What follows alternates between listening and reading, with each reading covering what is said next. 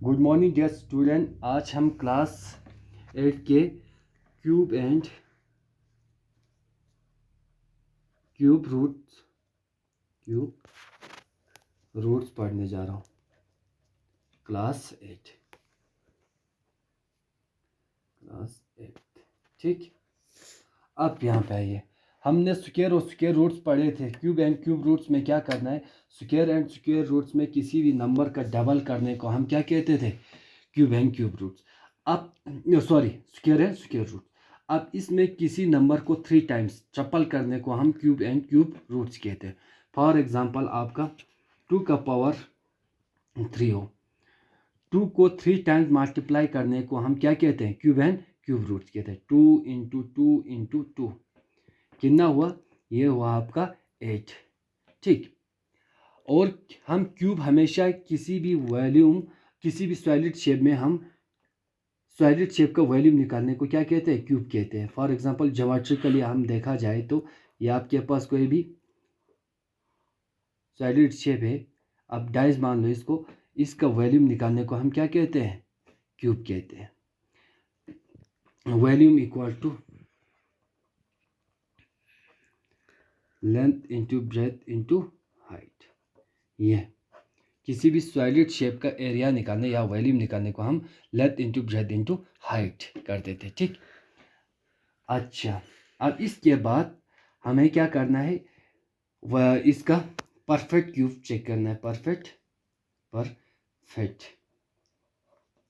Cube. ठीक, perfect cube. अब यहाँ पे देख लीजिए, 1 का क्यूब करने से हमें क्या आता है, 1 का क्यूब करने से 1, 2 का क्यूब करने से हमें क्या आता है 8, 3 का क्यूब करने से हमें आता है 27। ठीक ना। 4 का क्यूब करने से हमें आता है 4 4 16 64। 5 का क्यूब करने से हमें आता है 125। 6 का क्यूब करने से 6 6 36, 36 इंटू 6 कितना हुआ, 36 इंटू 6, 36 इंटू 6, 6 6 36, 1 कैरी 6 3 18, 216। ठीक। और इसके बाद 6 के बाद हमें क्या करना है, 7 का क्यूब करने से हमें आता है कितना आता है, 7 7 49, 343 आता है 7। 8 का क्यूब करने से हमें कितना आता है, 8 8 जा 64 इंटू 8, 64 इंटू 8, 8 4 जा 32, 3 कैरी 512। 9 का क्यूब करने से हमें कितना आता है, 729। 10 का क्यूब करने से हमें आता है 10 10 जा 100 इंटू 10 1000। ये आप लोगों को ये याद करना है कितने तक, 15 तक, लगभग 15 या 20 तक आपको ये याद रखना है। अब यहाँ पे हमें क्या करना होता है, क्यूब। फॉर एग्जांपल हमें किसी भी नंबर का 64 मान लो, 64 का हमें क्या निकालना है, क्यूब ऑफ 64 निकालना है। अब 64 का क्यूब, 60 क्यूब रूट निकालना है 64 का। रूट का मतलब यह हुआ कि भाई किस नंबर को 3 टाइम्स मल्टीप्लाई करने के बाद हमें 64 आता है। यहाँ पे देख लीजिए 4 इंटू 4 इंटू 4, इसका मतलब क्यूब रूट ऑफ 64 क्या हुआ, 4 हुआ ये। और क्यूब रूट हमेशा यहाँ पे 3 से डिनोट किया होगा। स्क्वायर को हम लोग डायरेक्ट इस पे 2 कोई भी शो नहीं करते, क्यूब के लिए हमें यहाँ पे 3 शो करना पड़ेगा। अब क्यूब रूट ऑफ 64 निकालने के लिए आपको क्या करना पड़ेगा, 4 इंटू 4 इंटू 4, 4 का 3 टाइम्स, 3 और रूट कैंसिल हुआ, आपका आंसर आएगा 4। इस तरीके से आप कर सकते हो। ठीक।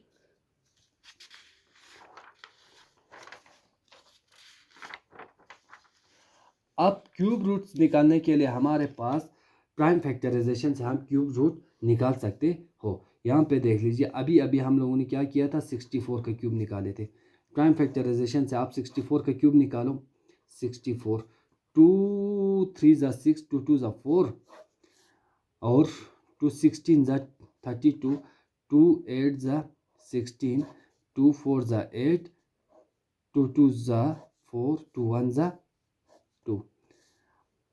Cube root 2 into 2 into 2, 3 into 2 into 2 into 2, ये हुआ।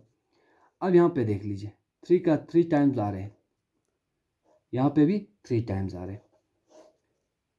2 का क्यूब इंटू 2 का cube, cube root cancel, cube root फिर से कैंसिल, 2 इंटू हमारे पास 2, तो 2 से कितना बचा, 4 बचा। ये हुआ आपका क्यूब रूट।